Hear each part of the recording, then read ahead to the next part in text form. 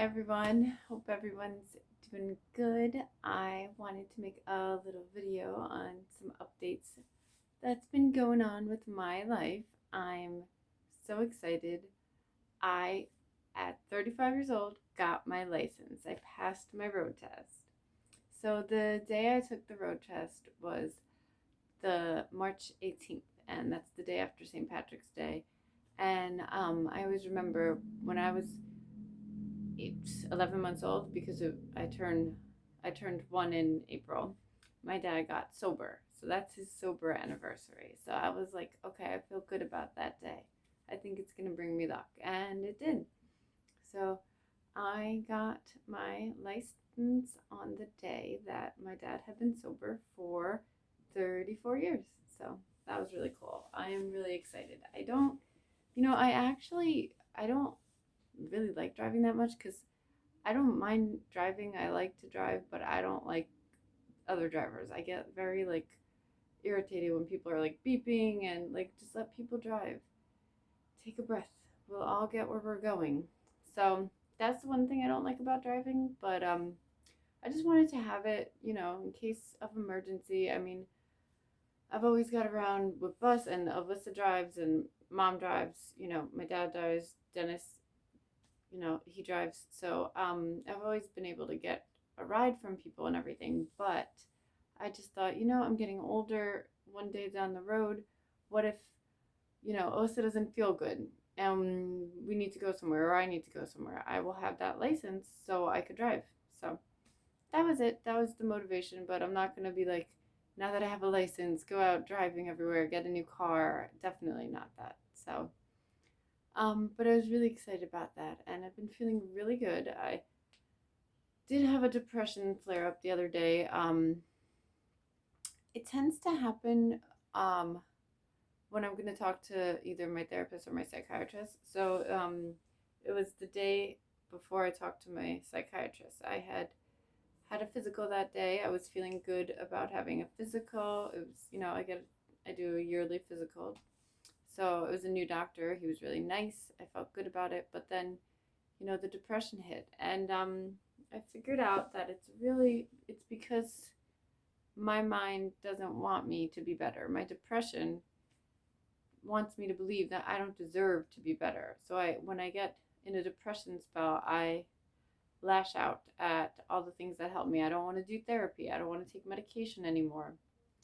And but I know that the medication definitely has helped me so much because that was maybe an hour where I was in a really bad state. I was feeling really depressed. I kept saying nothing works. I don't want to do this anymore. I'm tired. I don't want to keep fighting this fight. I just want to go to sleep and wake up and be better. And I know that those things aren't, can't happen. You have to fight every day. So so I know that my medication is definitely helping because previously, a year ago, even probably 6 months ago, that would have lingered for the whole rest of the night. I would have just gone to bed. I had a depression flare up a few months ago, and I did that. I was like, well, I'm going to bed now, and I'm not going to stay up and watch the show we planned on watching. But instead, we watched the show. We had a normal rest of our routine, and the next day I talked to my psychiatrist, and we agreed that, just stay on the current dosage, 20 milligrams, and we renewed it. So when I was able to see clearly, I realized that okay, the way I'm handling this depression flare up shows that the medication is working. So I always want to tell people, I don't want to be like lying. I want people to know that yes, I'm a person with depression. I have depression. I have PMDD. My period just ended not too long ago, so that's probably why I had that flare up as well. And I still have bad days. I make these videos in hopes of helping people. And to help people, I need to be realistic. And people need to know that you can take medication, you can have your coping tools, you can have therapy, and you're still going to have bad days. You just have to fight. And so that's what I did. What made me come out of it and what Osa helped me realize was I like gave myself a timeout. I said, okay, you know what? I'm gonna lay here on the floor, and I'm gonna lay here for a few minutes, and then I will get up. And I just laid there, and I like just took deep breaths. I tried to calm myself. So like giving myself a timeout and meditating, just taking myself away from any distractions. I didn't have my phone. I was just laying on the bedroom floor, right where I'm sitting right now. I just lay down for 5 minutes, and then I was able to move past it. So that's something that helps me. And if anyone else out there wants to try that, give yourself a timeout. Kids, they do something, you say, that's it, you go in timeout. And they have to, like, sit and think about it. So you're like giving yourself a timeout to think and to calm. And so it definitely helped. And I still have the bruise from my physical. I guess I have, well, I do have sensitive skin. So when she took the blood, the nurse took the blood, it was, I bruised, but that's okay. So yeah, that's so I'm excited about my license. I've also been really interested in learning ASL. I've always wanted to learn ASL. I growing up in my neighborhood, there was a deaf woman, and I didn't know her that well, but like I would see her around the neighborhood, and I would like talk to her, and I would be like, "How can you understand me?" And she would talk too, and she said she reads lips. So I always try to really enunciate, and that was something that I've struggled with because when I was in college, I took an acting class to fill an arts credit, and that's what the professor told me. You need to enunciate. So that's something I've been working on like for a long time.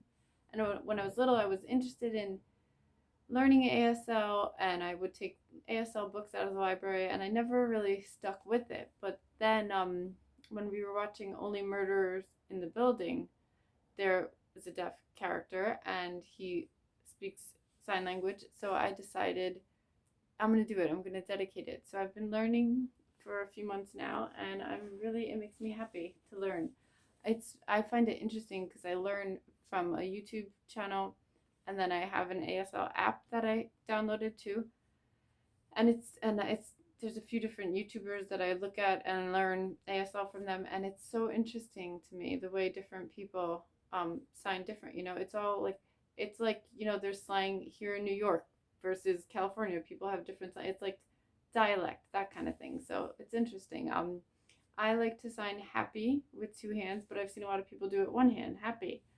And so yeah, I'm just excited. And now, I'm just so interested in deaf culture, and I just want to help people. I want to be able to communicate. If I meet a deaf person, I want them to know that they can talk to me and I can talk to them.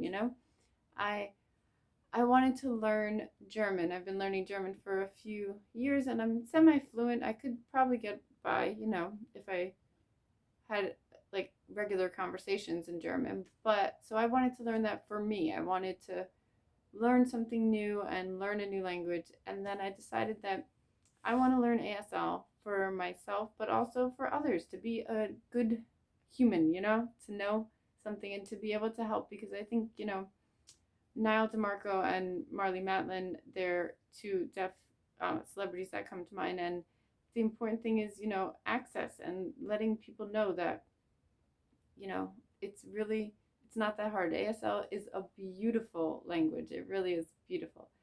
ASL is beautiful. So I'm very happy, and I'm thankful to be able to learn it. So yeah, and you know what? I haven't been able to see Coda yet because I don't have um, Apple TV.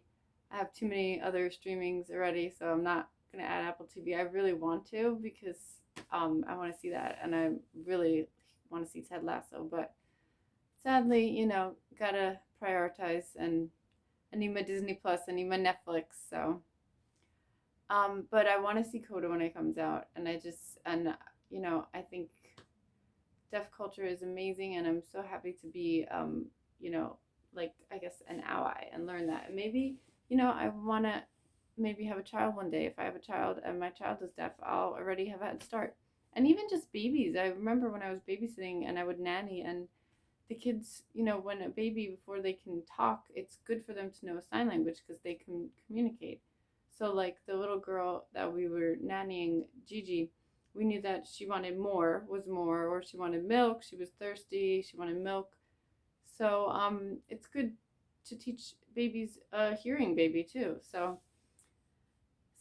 yeah, I hope that, I can be a good human and a good like ally for the deaf community, hopefully, So, and all of Coda, which even though I haven't seen yet, I am so excited to see eventually. So, a new sign I learned recently was I'm rooting for you. So, Coda, I'm rooting for you at the Oscars, and everyone, Marlee Matlin, if you see this, Niall DeMarco, I've been a big fan of both of you for many years. Marlee Matlin was in one of my favorite films, It's My Party. Such a moving movie, and I love it.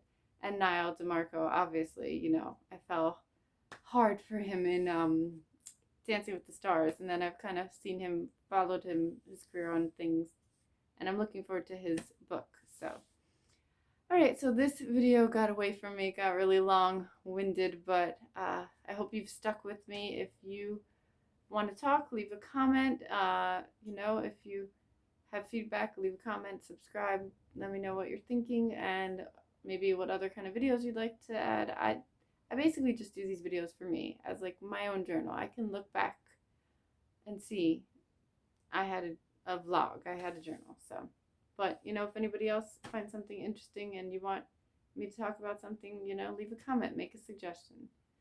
So, that's all. Have a good night.